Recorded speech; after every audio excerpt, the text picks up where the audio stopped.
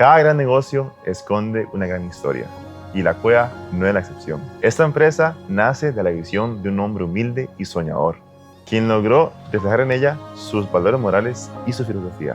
Mi abuelo, don Edgar Rojas Morochi, era un hombre humilde, que se dedicaba a manejar un taxi para llevar sustento a su familia. Un señor le dijo a don Edgar que por qué no le manejaba un taxi, porque era una persona de confianza. Entonces le dijo, y está bien, fueron 3 meses. Y en diciembre del 69, él compró, después de la lotería navideña, un sorteo de consolación medio entero y se lo pegó como en 41. Y fue ese preciso instante en que cambiaría su vida para siempre. Después de mucho pensarlo, decide seguir el consejo de su primo Chepe Rojas, en aquellos años dueño de la compra y venta La Quinta Avenida. Le pedí consejo a un primo hermano de él, que se llamaba Chepe Rojas. Él tenía la compra y venta en la Quinta Avenida.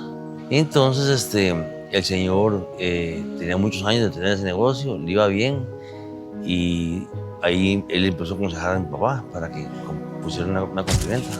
Es así como en el 70 la cueva abre sus puertas al público. En aquel entonces, hasta en el 74, la cueva recibía todo tipo de artículos, incluyendo ropa como jackets de cuero y trajes enteros.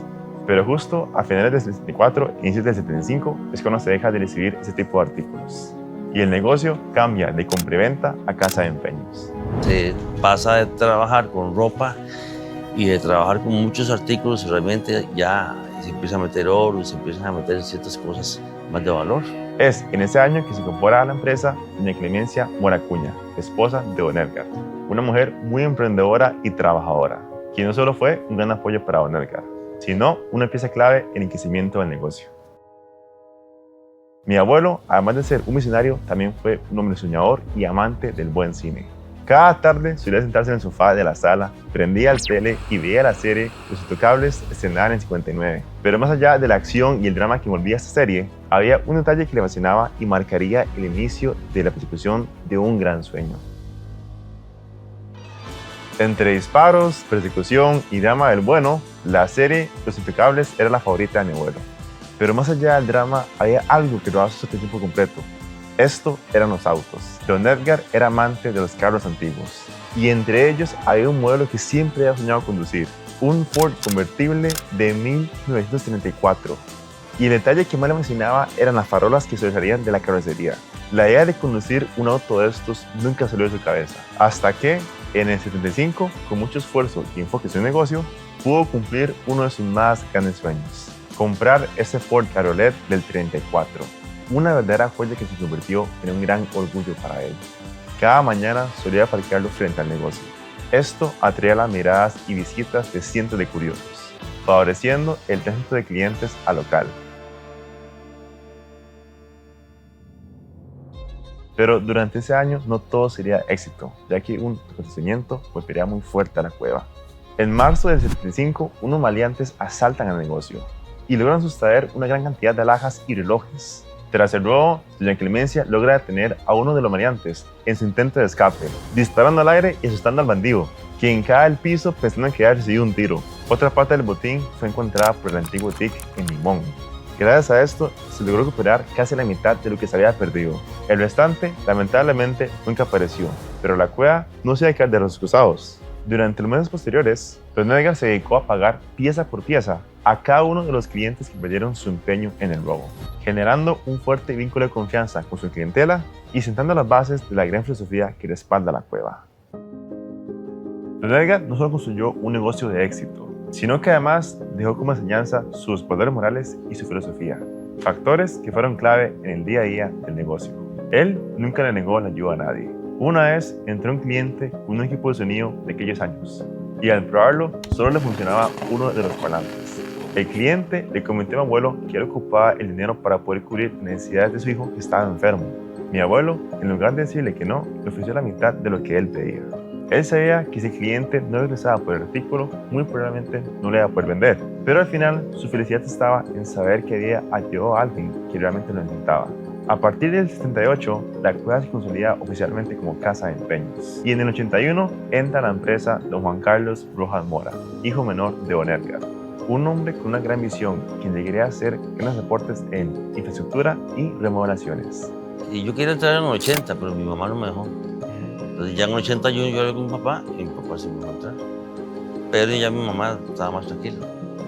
Uno de sus primeros aportes tras su ingreso fue la compra de una caja fuerte, como medida preventiva ante un robo, como el sufrido en el 75. En el 81 sufren un incendio en su casa habitación, en el que pierden gran parte de sus bienes. Una señora que trabajaba con mi mamá le robó unos anillos. Yo tuve como una premonición. Yo les dije que nos podía quemar la casa, que era un riesgo. Y la señora a las 2 de la mañana cogió una pichinga de gasolina, 5 galones, la roció y nos quemó la casa. Entonces yo me mentalicé en que como se quemó la casa se podía quemar el negocio. Tras ese suceso, don Juan Carlos empieza a considerar que la ubicación del negocio realmente no era la adecuada, ya que el edificio donde se encontraban anteriormente era muy antiguo. Aquí es donde nace la idea de trasladar la cueva al edificio del frente y posteriormente instalar un hidrante frente a él como medida de seguridad.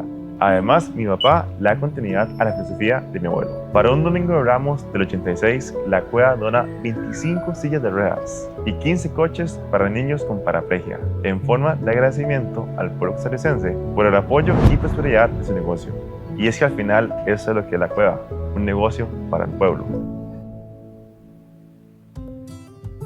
A pesar de que años atrás ya se venía comerciando con oro, no fue hasta el año 90 que se consolida Joyería La Cueva. Se empieza a vender en una urna orito y pica, y se ve que pica, y entonces se va poniendo más y más y más. Este momento marca un antes y un después en la historia del negocio, ya que la apertura de la joyería les permitió a gran parte de los costarricenses acceder a hermosas piezas de oro a precios más cómodos, algo que se mantiene hasta el día de hoy, donde gran parte de las personas que nos visitan es con el fin de encontrar alhajas a precios que no se consiguen en ningún otro lugar. Iniciar en este negocio impulsó La Cueva, permitiéndole acceder a 5 derechos de llave, hasta que en 2001 se inicia la construcción del edificio nuevo de La Cueva, justo al frente de donde dio sus primeros pasos. Este proyecto finaliza en septiembre del mismo año. Con la construcción del nuevo edificio, la motivación de expansión y crecimiento no hizo más que acelerarse. Poco después se abrió la segunda sucursal de La Cueva en el 2003, esta vez en Desamparados, gracias a que un amigo de la familia les vendió este local. Posteriormente se abrieron las sedes de San Sebastián, Heredia y La Colita, ya que Don Edgar frecuentaba constantemente estas zonas. Y al conocer bien estos lugares, se da que su negocio y filosofía prosperarían aquí. Lamentablemente, mi abuelo fallece en el año 2004, quedando a cargo de la empresa mi padre, don Juan Carlos Rojas, quien hasta el día de hoy se ha encargado de preservar y enseñar a las nuevas generaciones los valores y filosofía que su padre le enseñó a él. En 2024 se abre la sucursal de Cartago, de memoria a mi abuelo, ya que este fue el lugar donde nació y creció, acercando así un pedacito de lo que él construyó en su ciudad de origen.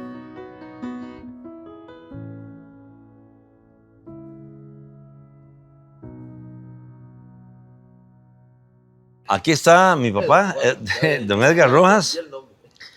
El lema de él decía que el tiempo es oro y el tiempo perdido hasta los santos lo lloran. Y también tiene una frase, no le pidas al zacate que coseche rosas, porque el zacate nunca te va a cosechar rosas, solo zacate.